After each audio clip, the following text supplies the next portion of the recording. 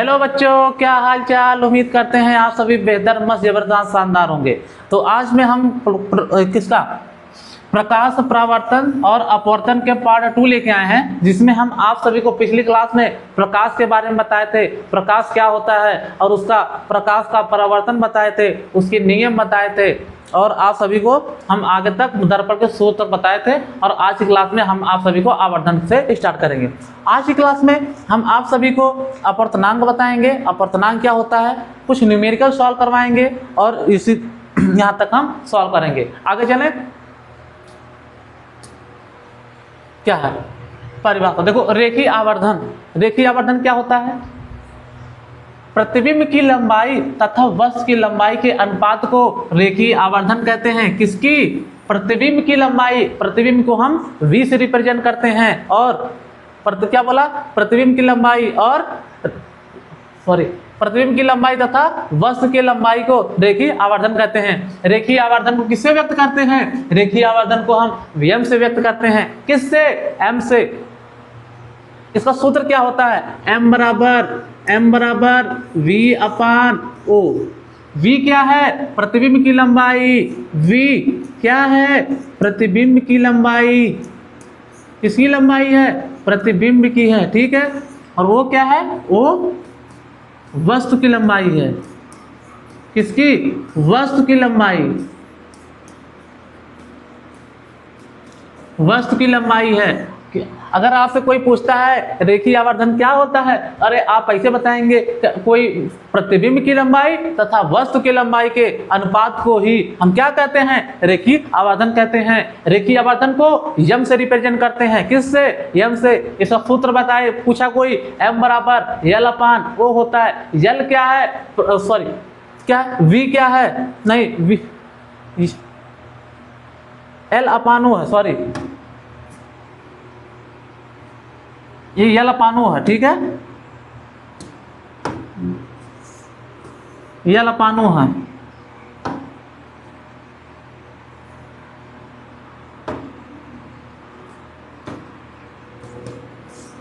यल अपानो। यल क्या है? प्रतिबिंब की लंबाई। ओ क्या है? वस्तु की लंबाई, ठीक है। समझ में आया? दर्पण से प्रतिबिंब की दूरी, इसमें देखो क्या पूछा है, यदि दर्पण से प्रतिबिंब की दूरी v हो, क्या v हो, और वस्तु की दूरी u हो, तो क्या होता है इसका सूत्र? अगर इस तरीके से पूछ ले, यदि दर्पण में प्रतिबिंब की लंबाई v तथा वस्तु की दूरी u हो, इसका सूत्र क्या होता है? m बराबर, m क्या है? आवर्धन है, v क्या है? प्रतिबिंब है, u क्या है? वस्तु की दूरी है। v क्या है? v प्रतिबिंब की लंबाई है और u क्या है? ये वस्तु की दूरी है। देखो अगर पूछ लिया किस तरीके से, यदि दर्पण से प्रतिबिंब की दूरी, दर्पण से प्रतिबिंब की दूरी v तथा दर्पण से वस्तु की दूरी u हो, तो मिश्र संबंध पूछेगा तो क्या बताएंगे? m बराबर v अपान u होता है, जिसमें u वस्तु की प्रतिबिंब की लंबाई, u जो है वस्तु की लंबाई हो गई, ठीक है। अगर पूछा प्रतिबिंब की लंबाई तथा वस्तु की लंबाई के अनुपात को क्या, प्रतिबिंब क्या है? प्रतिबिंब देखो ये है, ये प्रतिबिंब हो गया और वस्तु की लंबाई वो हो गया। प्रतिबिंब की लंबाई तथा वस्तु की लंबाई के अनुपात को ही क्या कहते हैं? रेखीय आवर्धन कहते हैं। समझ में आया? रेखीय आवर्धन किसे कहते हैं? आगे चले। आगे अवतल दर्पण।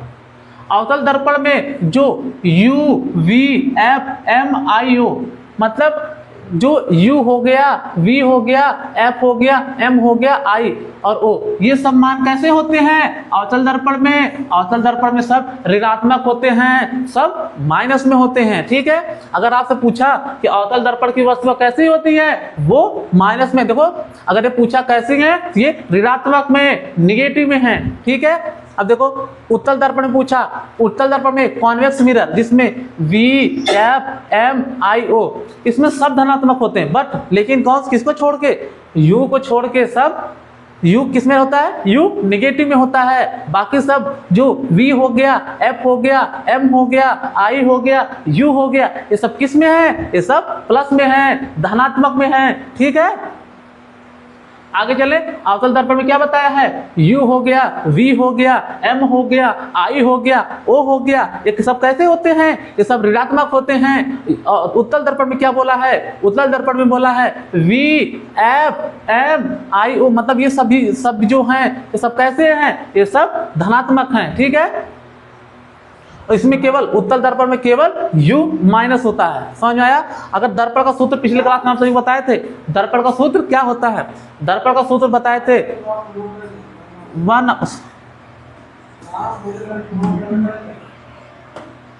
कलर चेंज कर ले हम,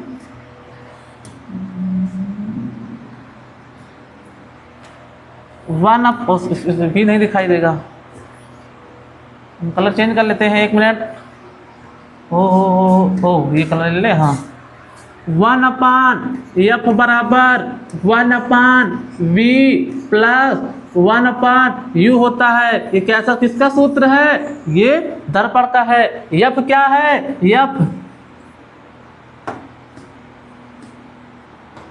F फोकस दूरी क्या है, F फोकस दूरी, F क्या है, F फोकस दूरी। V क्या है, प्रतिबिंब की लंबाई, किसकी, प्रतिबिंब की, किसकी लंबाई है, प्रतिबिंब की लंबाई है। आप सभी को पूरा नोट करना है, ठीक है। अब U पूछे वस्तु की दूरी हो गया, U क्या है, वस्तु की दूरी है, U क्या है, वस्तु की दूरी है, ठीक है। आगे चले, ये आप सभी को नोट करना है और अभी आप सभी को हम एग्जांपल करवाते हैं। देखो वक्रता त्रिज्या, आप सभी को एक संबंध फोकस दूरी और वक्रता त्रिज्या में संबंध पूछेगा तो क्या बताएंगे।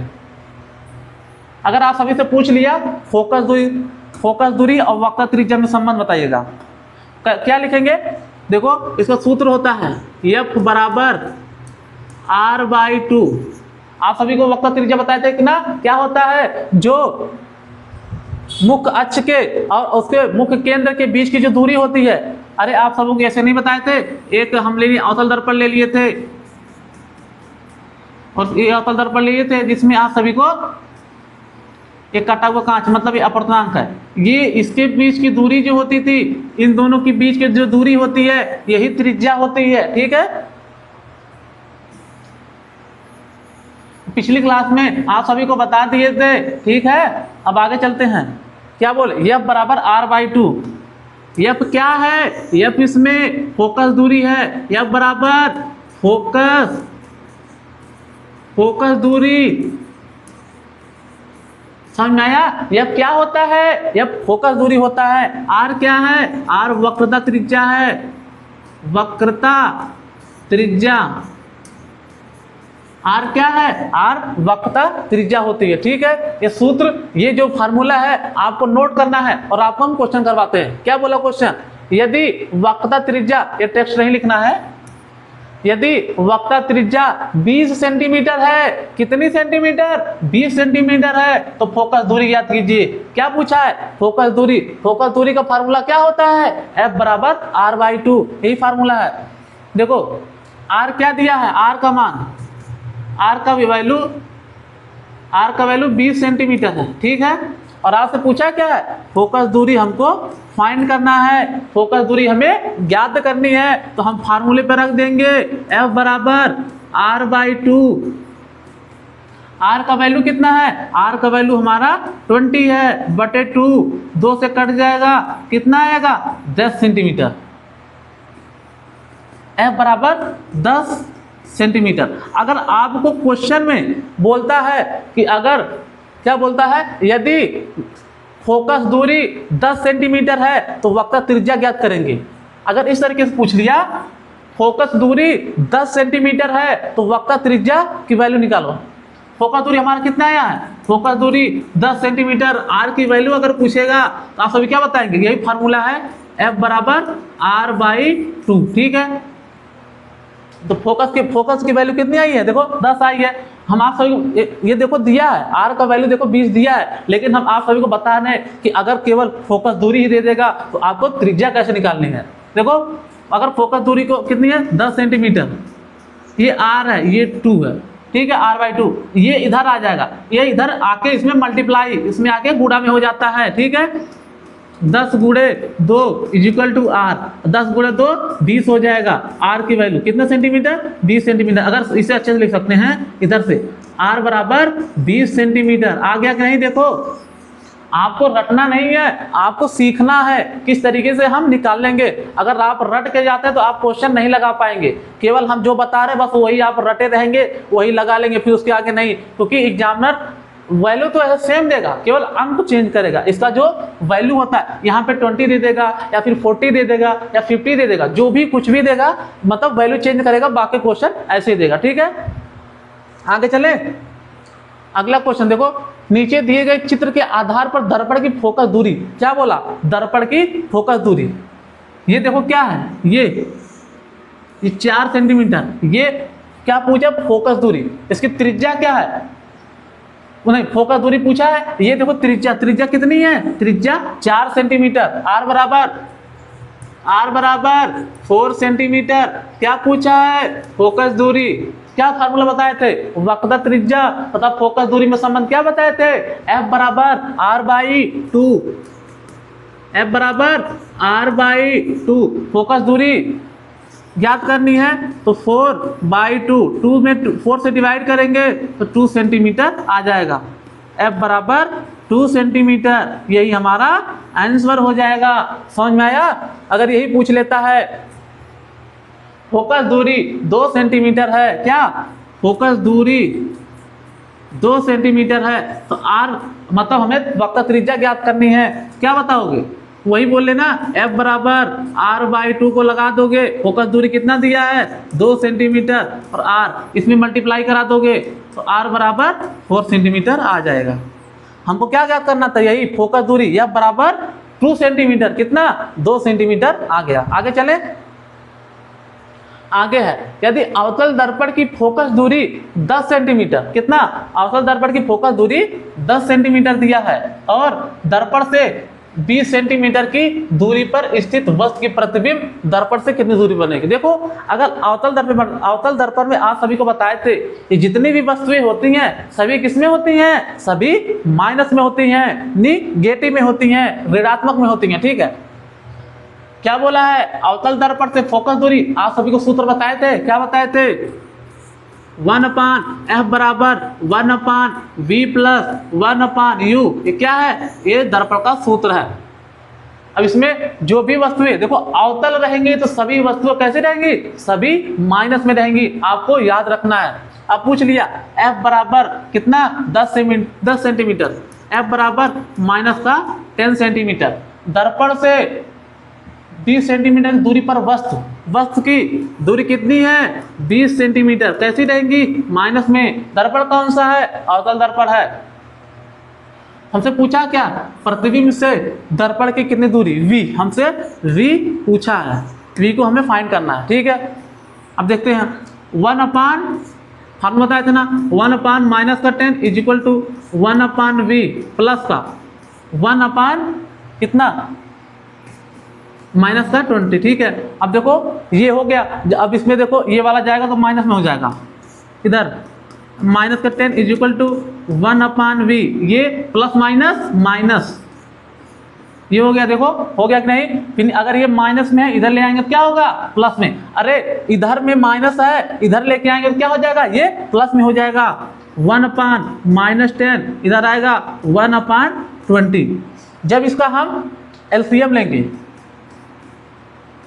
10 और 20 का एलसीएम कितना होगा? माइनस का 20 होगा। और हम इसके बाद हम देखो 2 - 1 करेंगे, 2 कहाँ से आया? एलसीएम लेने के बाद आया। इसको देखो बराबर करेंगे तो क्या आएगा? दोनों नीचे बराबर होना चाहिए ना, तो 20 को यहाँ से 2 से मल्टीप्लाई होगा, यहाँ 1 से, तो -1, 1 - v, सॉरी 1/2, ठीक है।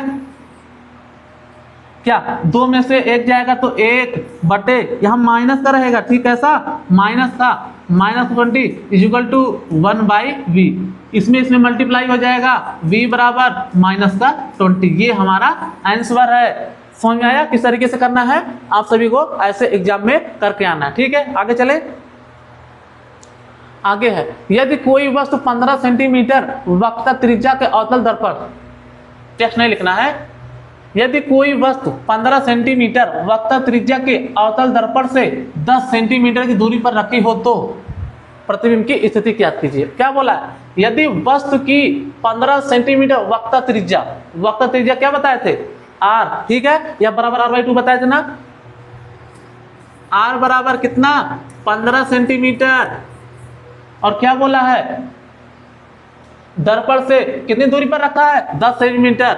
ये माइनस में होगा, U बराबर माइनस का 10 सेंटीमीटर। अब क्या पूछा? देखो त्रिज्या बोला, वक्रता त्रिज्या। तो सूत्र क्या बताए थे? F बराबर R/2। F बराबर R/2। अब देखो F का वैल्यू कितना है? F का वैल्यू माइनस का 15/2, ठीक है। F का वैल्यू हमें आ गया। अब हमें क्या ज्ञात करना है? प्रतिबिंब की स्थिति ज्ञात करनी है, ठीक है। अब सूत्र क्या बताए थे? 1/F बराबर 1/V प्लस 1/U। 1/F की वैल्यू कितनी है? माइनस का 15/2 है। V को हमें ज्ञात करना है, V को हमें क्या करना है? फाइंड करना है। और U की वैल्यू कितनी दी है? U की वैल्यू माइनस का 10 सेंटीमीटर, ठीक है। अब देखो इसको, ये इसमें क्या हो जाएगा? देखो पहले एक को सॉल्व करते हैं। ये नीचे है, ऊपर का बटे में चला जाएगा। 2 बटे माइनस का 15 इज इक्वल टू 18 नहीं है 15 है, ऊपर लिख देते हैं। 2 बटे माइनस का 15 इज इक्वल टू 1/2V और प्लस 1/माइनस का 10। अब देखो कितना है? माइनस का 2/15 इज इक्वल टू 1/V। इधर चला जाएगा प्लस माइनस 1/10 और ये वाला वैल्यू इधर आएगी तो क्या हो जाएगा? ये प्लस में हो जाएगी 1/10। ये क्या है? माइनस में है, ये 15 है, ठीक है। तो जब इसका एलसीएम लेंगे तो हम बराबर करेंगे। इनका एलसीएम कितना आएगा? इनका एलसीएम 30 आएगा। कितना? 30 आएगा।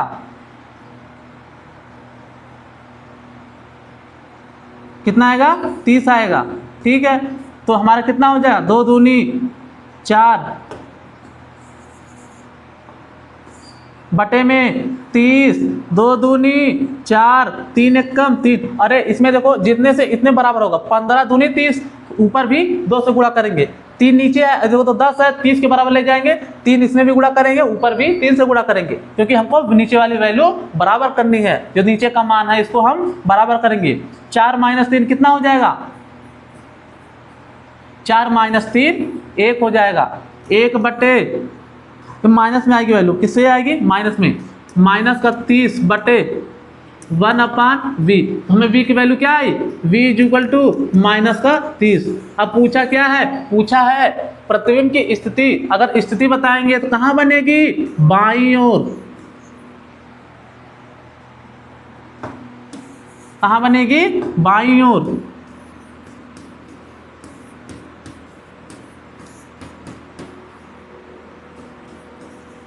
बाईं ओर बनेगी। कहाँ बनेगी? बाईं ओर, ठीक है। आगे चले,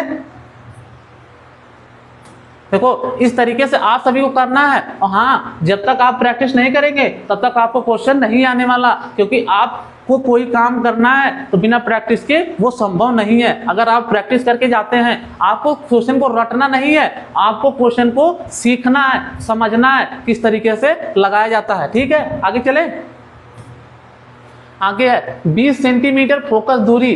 क्या 20 सेंटीमीटर फोकस दूरी अवतल दर्पण के सामने एक वस्तु 30 सेंटीमीटर है, तो वस्तु की प्रतिबिंब की मतलब प्रतिबिंब की स्थिति ज्ञात करिए। क्या बोला है? 20 सेंटीमीटर फोकस दूरी, यह बराबर 20 सेंटीमीटर। हम फोकस दूरी को यफ से लिखते हैं। दर्पण के सामने वस्तु की दूरी 30 सेंटीमीटर। वस्तु की दूरी मतलब देखो माइनस में है, कौन सा लेंस है? अवतल लेंस है। क्या बोला है? F बराबर माइनस का 30 सेंटीमीटर, ठीक है। नहीं सॉरी 20 सेंटीमीटर दिया है। 20 सेंटीमीटर अगर पूछ ले वस्तु से तो माइनस का 30 सेंटीमीटर, ठीक है। हमें V बराबर पूछा है। क्या पूछा है? V की हमें वैल्यू ज्ञात करनी है। अब देखो क्या है, किसकी ज्ञात करनी है? प्रतिबिंब की स्थिति। स्थिति बताना है, कैसे बताएंगे? सूत्र क्या होता है बताइए, आप सभी को बताए थे 1/f बराबर 1/v प्लस 1/u, ये इसका सूत्र हो गया। सूत्र पे रख देंगे 1/f की वैल्यू कितनी है माइनस का 20 सेंटीमीटर है, इक्वल टू को कितना हो जाएगा, इक्वल टू का 1/v प्लस का 1/ माइनस का 30 1/, अब देखो ये वाला जो वैल्यू है ये प्लस माइनस माइनस होगा, क्या होगा 1/3 मतलब 30, ठीक है। अब ये वाला इधर लेके आएंगे माइनस में, इधर आए क्या होगा प्लस में 1 - 2 plus 1/30 is equal to 1/v। इसका एलसीएम लेंगे 20 30 का एलसीएम लेंगे, क्या होगा आप सही बताइए, 20 30 का एलसीएम 60 होता है, कितना होगा माइनस का 60 होगा। इधर ले जाएंगे कितना कितना 20 से भाग देंगे, मतलब 20 से कितना बार जाएगा 3 बार जाएगा, 20 3 60 और 30 से 2 बार जाएगा, कितना 2 बार 1/v। देखो 3 में से 2 जाएगा 1/- माइनस का 60 is equal to 1/v, v बराबर माइनस का 60। स्थिति पूछा है तो क्या बताएंगे स्थिति, स्थिति बाईं ओर, स्थिति कहाँ बाईं ओर, ठीक है। आगे चले, अगला क्वेश्चन है एक अवतल दर्पण की वक्रता त्रिज्या, वक्रता त्रिज्या क्या होती है, जो r होता है, आप सभी बताए थे ना वक्रता त्रिज्या। कोई वस्तु अवतल दर्पण से कितना, ये टेक्स्ट देखो नहीं लिखना है, ये गलती से टाइप हो गया है, हम लोग AI से बनाते हैं तो इसमें कुछ गलतियां हो सकती हैं, गलती मतलब वही नहीं जो टेक्स्ट में थोड़ा इसको नहीं लिख, इसको ध्यान नहीं देना, ठीक है। तो एक अवतल दर्पण की वक्रता त्रिज्या 20 सेंटीमीटर, कितनी 20 सेंटीमीटर, कोई वस्तु अवतल दर्पण से 15 सेंटीमीटर, कितना 15 सेंटीमीटर की दूरी पर है, तो दर्पण की वस्तु की प्रतिबिंब की दूरी ज्ञात कीजिए। इसमें क्या बताया था आप सभी को, वक्रता त्रिज्या, वक्रता त्रिज्या किससे लिखते हैं r से लिखते हैं, किससे r बराबर कौन सा लेंस है, सॉरी कौन सा दर्पण है, अवतल दर्पण है। दर्पण में अवतल में क्या होता है, अवतल में सभी वस्तुएं माइनस में होती हैं, कितना है 20 सेंटीमीटर, 20 सेंटीमीटर। कोई वस्तु अवतल दर्पण से दूरी क्या बोला है, दूरी पर रखी कितनी u से, u बराबर कितना माइनस का 15 सेंटीमीटर, ठीक है, माइनस का 15 सेंटीमीटर। अब हमें पहले फोकस दूरी याद करेंगे, क्या फोकस दूरी, फोकस दूरी याद करने का फार्मूला क्या है, f बराबर r/2। देखो f हो गया f a is equal to f बराबर r/2। हमें क्या दिया है, त्रिज्या दी है, तो हमें फोकस दूरी याद करना है। अब यहाँ पे इसकी वैल्यू ला के रख देंगे माइनस का 20/2, कितना हो जाएगा f बराबर माइनस का 10, ठीक है, क्योंकि फोकस दूरी आ गई। हमें क्या याद करना है, प्रतिबिंब की दूरी। प्रतिबिंब को किससे रिप्रेजेंट करते हैं, ये u है, हमें v वाला फाइंड करना है, फाइनली वाला, ठीक है। अब देखो क्या सूत्र बताए थे, 1/f बराबर 1/v प्लस 1/u, ठीक है।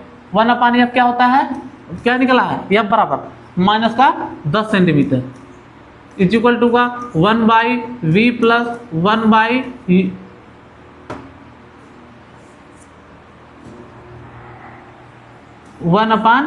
u की वैल्यू कितना दी है, u का माइनस का 15 दिया, ठीक है।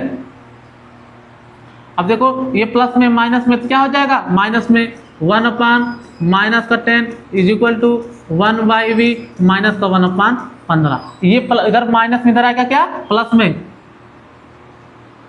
1/माइनस का 10 plus 1/15 is equal to 1/v। अब देखो इसका एलसीएम लेते हैं, क्या इसका एलसीएम, अरे 10 15 का एलसीएम लोगे, 10 15 का, ठीक है। आप किससे ले लेते हैं, 5 से लेते हैं, 5 दूना 10, 5 3 15, 2 से ले लेते हैं, 3 से लेते हैं, 2 5 10, 2 5 दूना 10 3 30, कितना आएगा 30 हमारा एलसीएम आ जाए। इसी तरीके से एलसीएम लेना है, अरे एलसी देखो 30 में किससे 10 से भाग देंगे, 10 3 30 आएगा ना, तो ऊपर देखो पहले कितना आया हमारा, कितना आया एलसीएम, एलसीएम 30 आया, कितने हम यहाँ क्या लेंगे माइनस का हो जाएगा, माइनस का जब हम 10 से भाग देते हैं 3 बार जाएगा 3, और 15 से देंगे तो 2 बार जाएगा, एलसीएम लेने के बाद ये वैल्यू माइनस में आ गई 1/v। समझ में आएगा नहीं किस तरीके से करना है, ये माइनस कर देंगे 1/- माइनस का 30 इज इक्वल टू 1/v।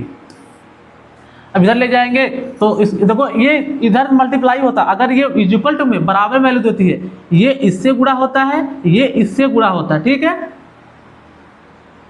क्या होगा v बराबर -30। अरे एक में किसी से गुणा करेंगे 10 का, एक से गुणा करेंगे 10 ही होगा, 15 का करेंगे एक में 15 ही होगा, ठीक है। समझ में आया? ऐसे आपको क्वेश्चन लगाना है।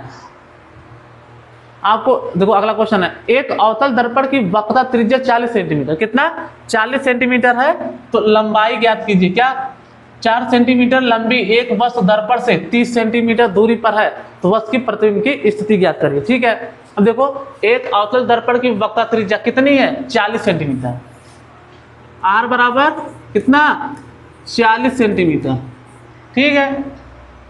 लंबी वस्तु दर्पण से 30 सेंटीमीटर, u बराबर क्या है, अवतल दर्पण है तो माइनस में, u बराबर माइनस का 30 सेंटीमीटर, 30 सेंटीमीटर।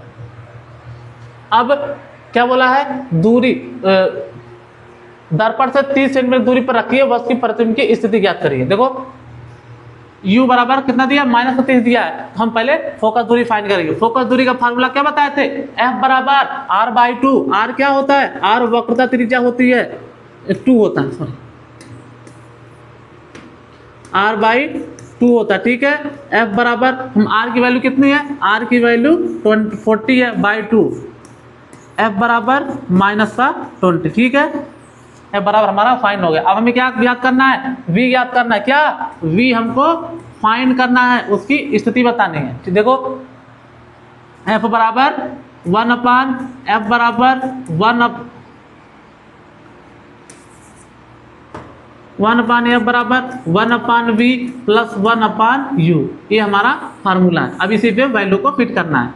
1 कितना आया, f की वैल्यू -20 आया, ठीक है। और इक्वल टू का 1/v प्लस 1/u का वैल्यू कितना है, u का वैल्यू -30 दिया है, कितना 30 दिया है, ठीक है। और इसको ले जाके देखो प्लस माइनस होगा, -20 इज इक्वल टू 1/v। देखो प्लस माइनस क्या होता है, माइनस होता है, इधर आके माइनस में हो जाएगा इन 30।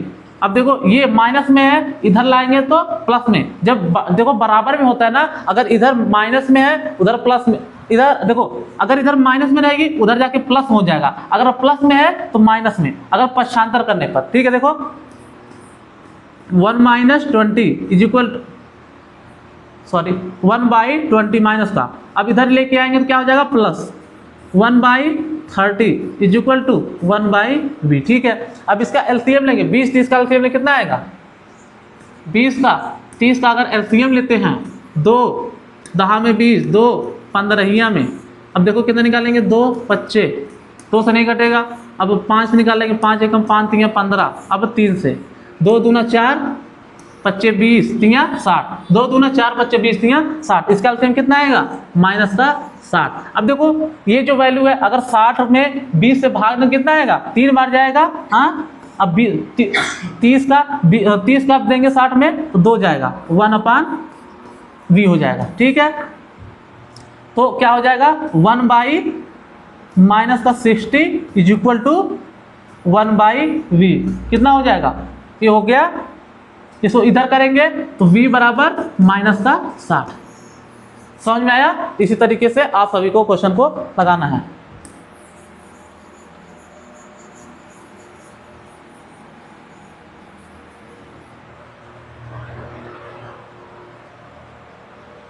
बीस 30 का एलसीएम 60 ही आएगा,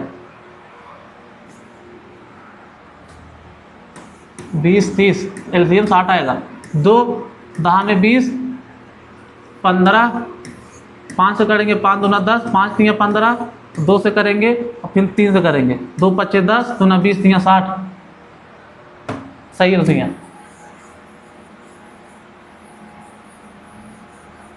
ठीक है। और क्या पूछा है, स्थिति पूछा है, किसकी स्थिति की, प्रतिबिंब की स्थिति ज्ञात करिए। तो कहाँ बताएंगे, माइनस में है तो स्थिति बाईं ओर रहेगी,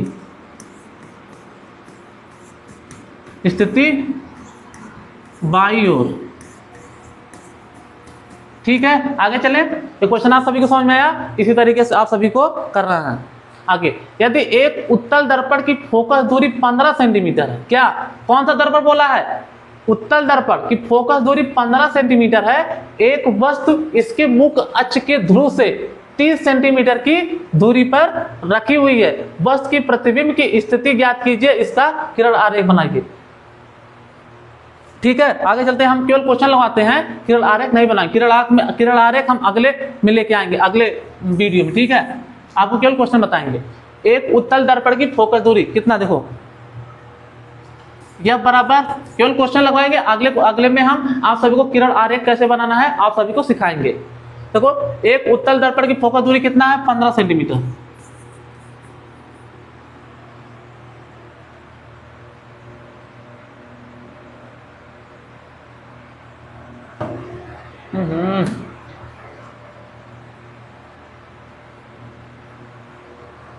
चलिए अगला क्वेश्चन लगाते हैं, हम अगले वीडियो में लेके आएंगे क्यों गड़बड़ हो गया।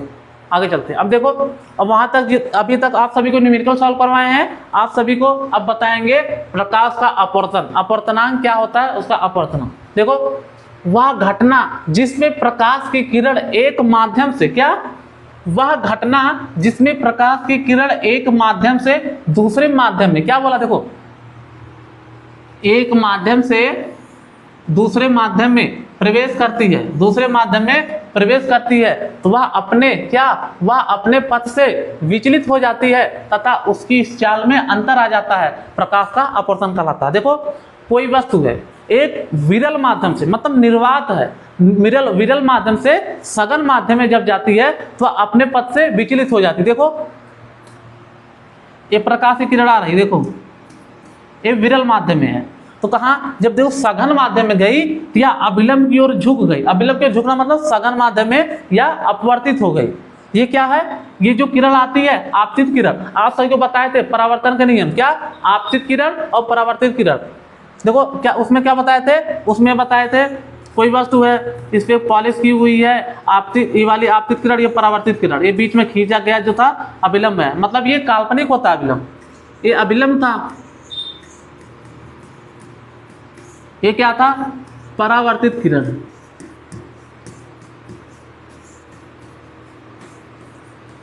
परावर्तित किरण, ये आपतित किरण,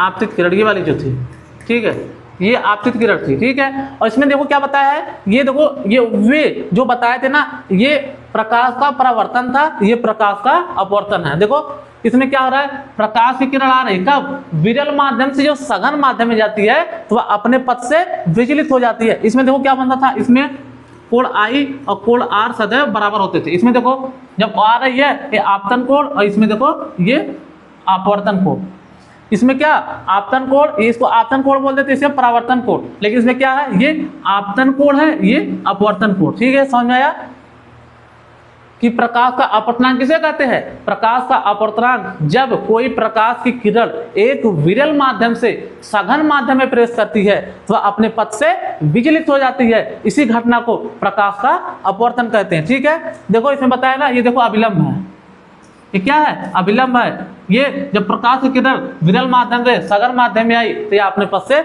विचलित हो गई।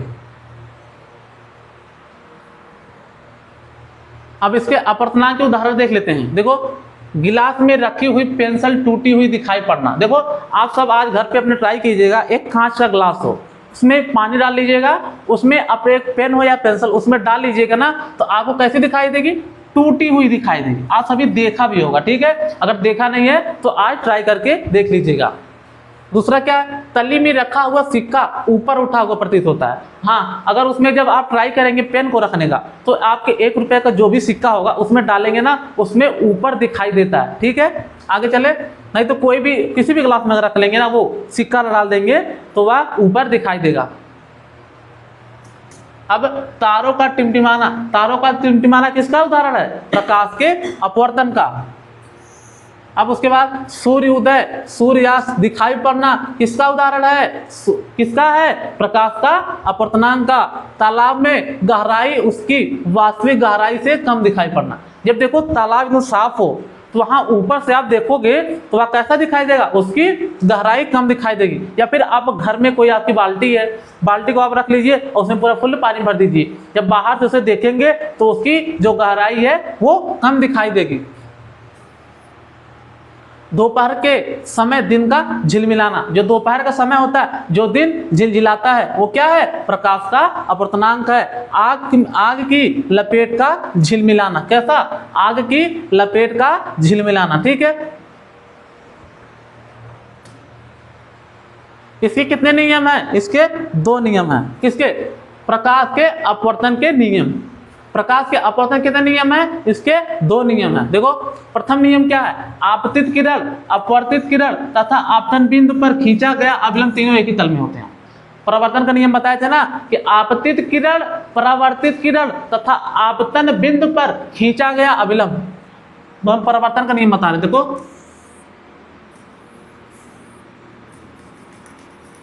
देखो ये आपतित किरण है, ये वाली ये आपतित किरण है, ये परावर्तित किरण है। तो ये क्या है, आपतन बिंदु पर खींचा गया अभिलंब, ये तीनों एक ही तल में है ना। इसी प्रकार से क्या बताए थे, कोई ये सघन माध्यम है, ठीक है, सघन माध्यम है, ये अभिलंब है, ये प्रकाश की किरण आ रही है, तो ये सीधा जाना चाहिए ना, इसकी बजाय ये ऐसे ही चली आई, ठीक है, तो ये अपने पथ से विचलित हो गई। इसमें क्या है, इसे क्या बोलते थे, परावर्तित किरण, इसे बोलते हैं आपतित किरण, इसे भी आपतित किरण, इसे अपवर्तित किरण बोलते हैं।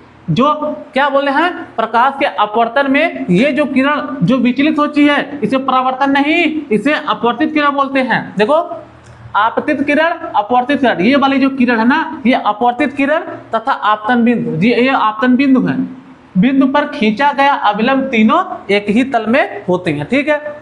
अब देखो द्वितीय नियम क्या कहता है, ये आपको याद करके जाना क्योंकि वेरी वेरी इंपॉर्टेंट है, ठीक है, आपको छोड़ के जाने नहीं है। देखो द्वितीय नियम क्या है, द्वितीय नियम, किन्हीं दो माध्यमों